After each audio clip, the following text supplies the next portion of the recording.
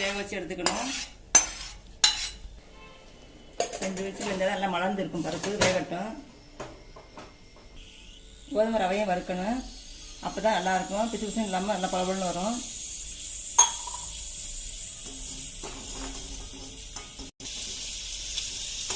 சூடு வர வரைக்கும் லேசாக மொத்தமாக ரவைக்கு தண்ணி 3 டம்ளர் காய வச்சுருக்கேன். பருப்பு வெந்தோடனே ரவையை போட்டு தண்ணியை ஊற்றி வேக வைப்போம். பருப்பு வெந்துச்சான்னு பார்க்கலாம்.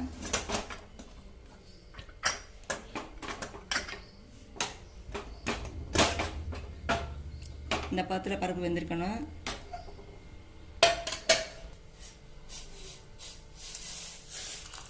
தண்ணியை சேர்க்குறோம்.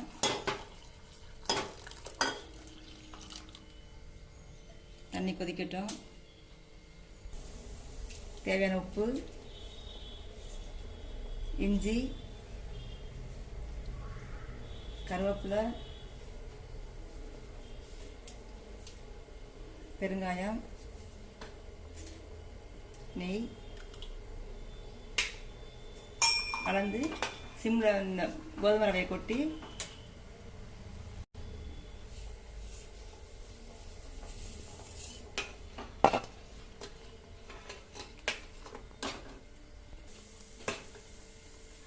நல்லா கொதிக்கும் போது மூடி வச்சு சிம்மில் 10 நிமிஷம் வச்சு இறக்க வேண்டியது.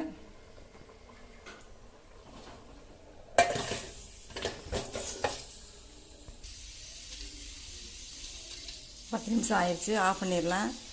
10 நிமிஷம் கழிச்சு பார்க்கலாம்.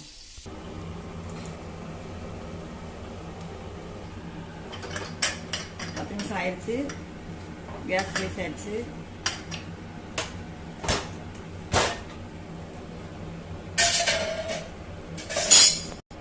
நல்லா வெந்திருக்கு பாருங்க. நல்லா பொங்கல் சூப்பராக வந்துச்சு பாருங்க.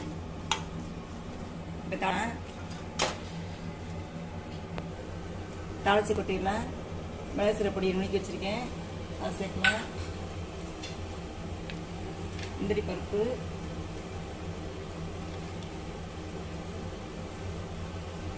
கருவேப்பிலை எல்லாம் நல்லா பொரிஞ்சு வரட்டும். நல்லா செவந்து பொரிஞ்சு வந்துருச்சு. இதை அப்படியே பொங்கலில் கொட்டிக்கலாம்.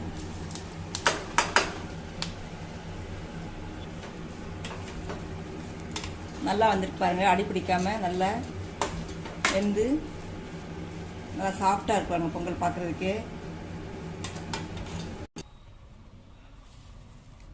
அருமையான கோதுமை பொங்கல் ரெடி ஆயிடுச்சு. எல்லாம் செஞ்சு பாருங்கள்.